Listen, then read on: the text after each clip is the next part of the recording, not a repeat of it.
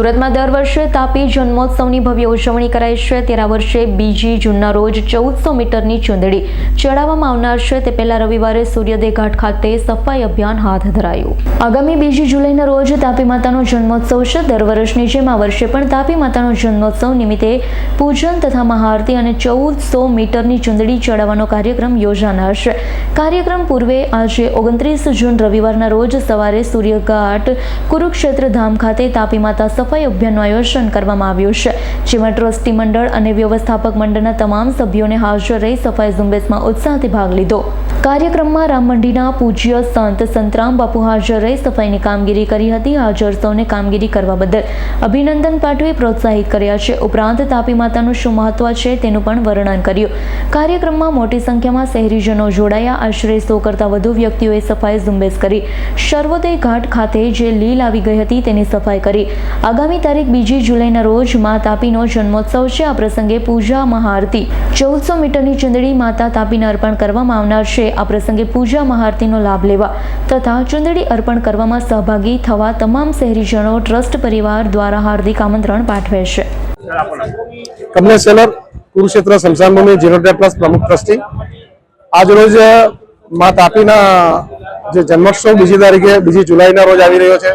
એ પ્રાગટ્ય દિનની ઉજવણી 1100 મીટરની ચુંદડી અને પૂજા અર્ચના સાથે શહેરીજનો આ ઘાટો પર કરતા હોય છે। તો આ પૂજ્ય મોટા સૂર્યોદય ઘાટ ઉપર આજ રોજ સફાઈ ઝુંબેશ ચાલી રહી છે।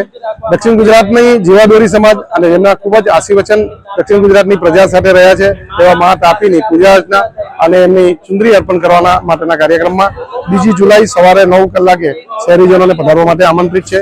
આ સફાઈ ઝુંબેશ એ પૂજ્ય મોટા સૂર્યોદય ઘાટ ઉપર નિયમિત રીતે દર વર્ષે રામમઢી પરિવાર અને કુરુક્ષેત્ર પરિવાર અને આ આગેવાન મંદિરો અને એના તરફથી કરવામાં આવે છે। તે ખૂબ જ ઉત્સાહ સાથે આ ઘાટો પર કરવામાં આવ્યું છે।